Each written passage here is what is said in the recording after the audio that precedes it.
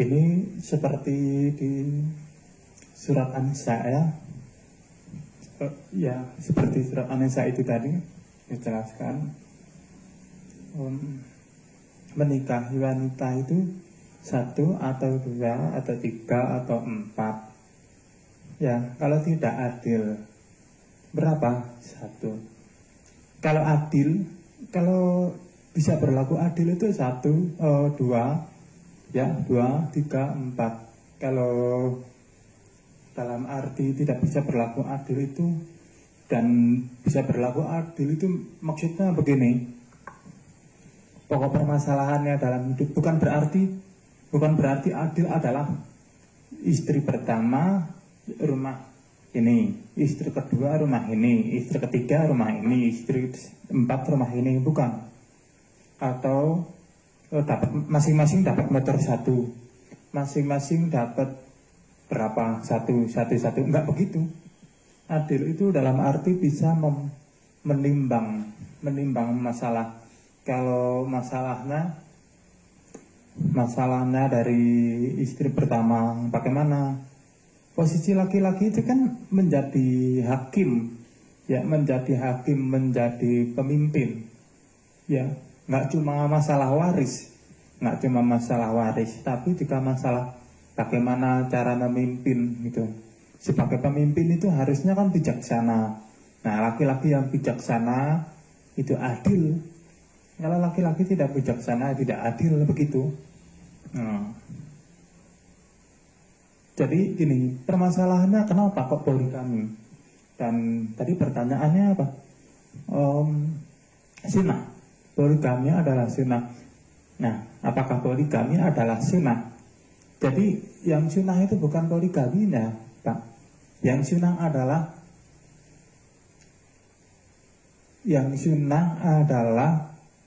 nikahnya.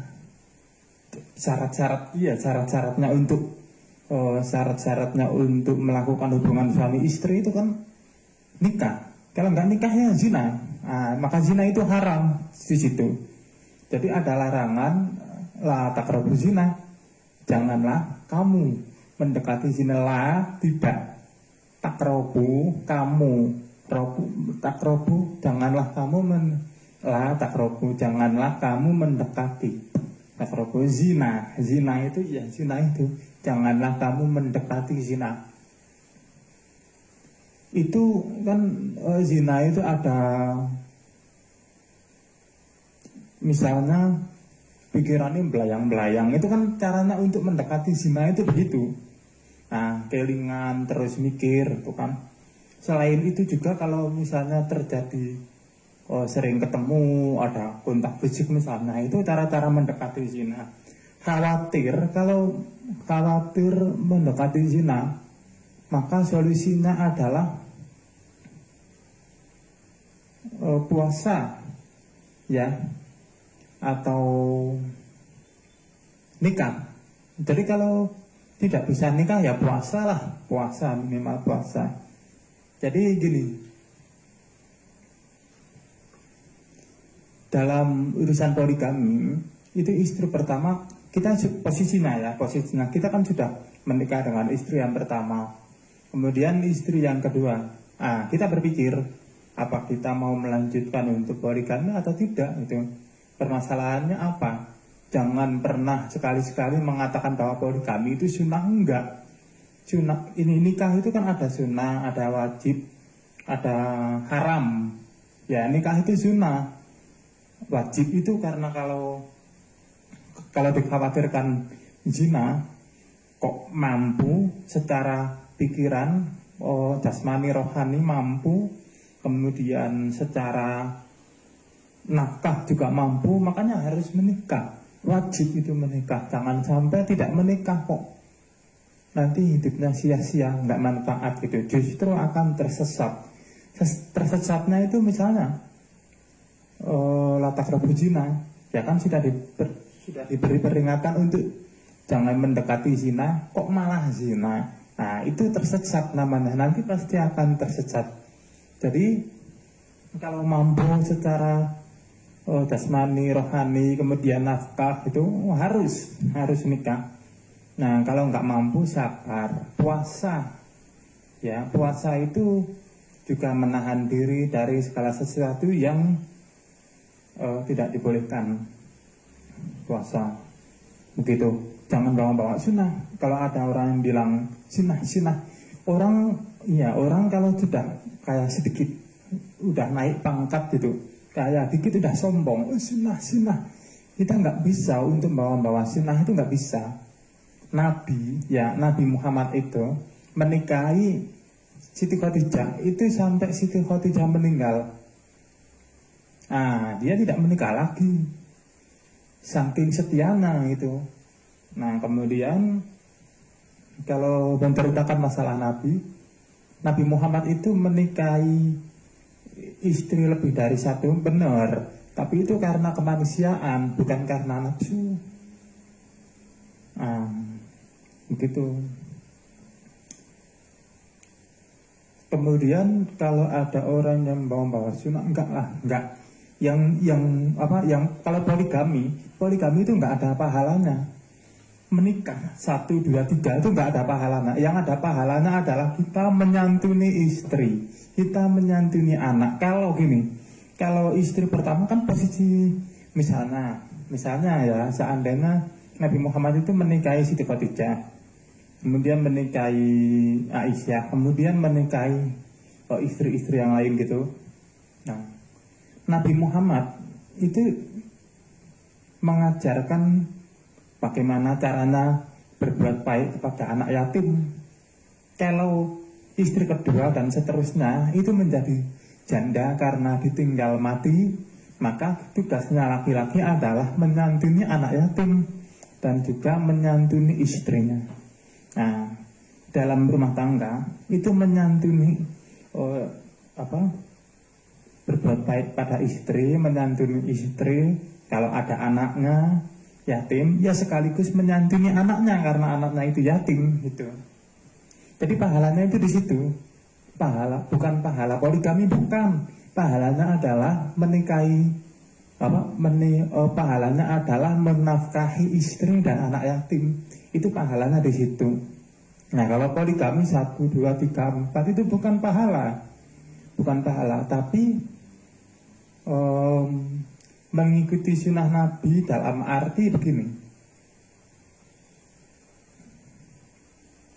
Barang siapa mengikuti sunnahku maka bukan sunnahku. Barang siapa tidak mengikuti sunnahku maka bukan umatku. Ya, kira-kira hadisnya bagaimana ini? Kalau saya membuka di sini brosurnya agak lama ya. Itu. Maaf kalau saya bilang kira-kira, tapi Bapak Ibu kan sudah paham ya.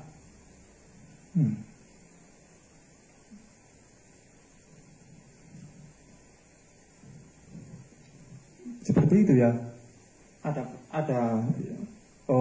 Ini pernah dibrosurkan ya masalah nikah. Atau coba saya buka ya, maaf ya tadi, maaf banget. Brosurnya dibuka di sini.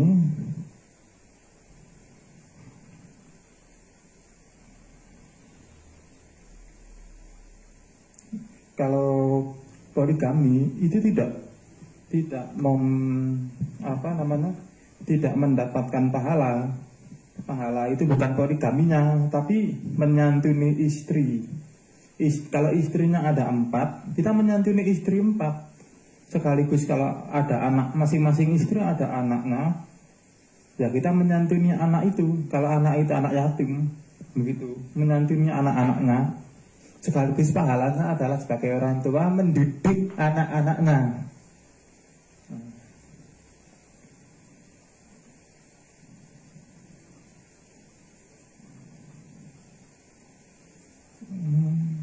Ini sementara saya carikan brosur yang pernah dibrosurkan. Brosur-brosur ini kumpulan hadis-hadisnya banyak.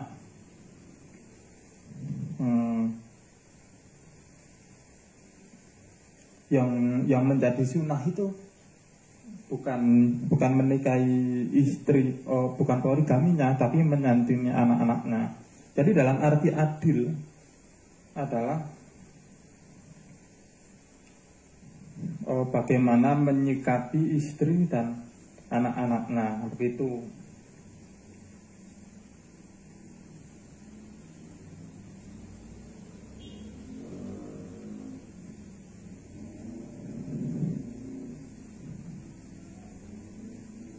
Bentar, ini susah ya.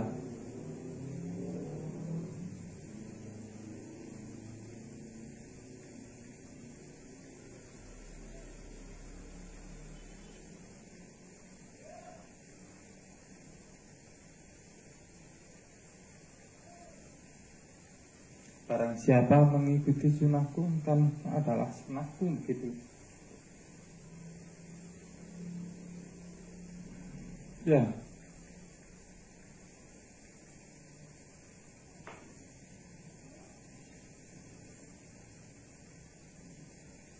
Zina dan bahayana. Dalam brosur zina dan bahayana ada enggak ini?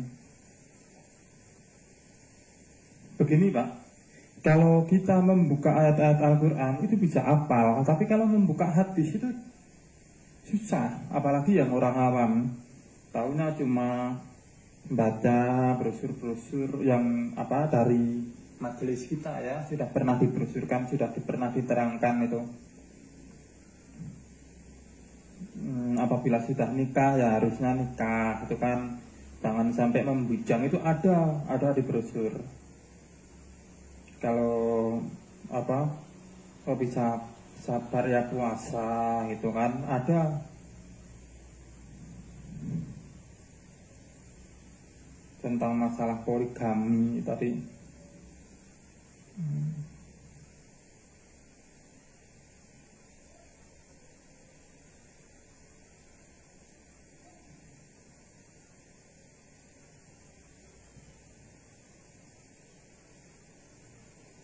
Mana ya? Ya kira-kira begitu.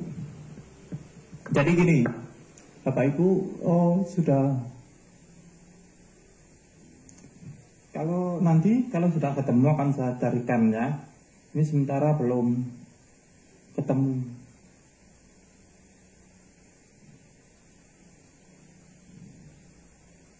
Yang mana ini?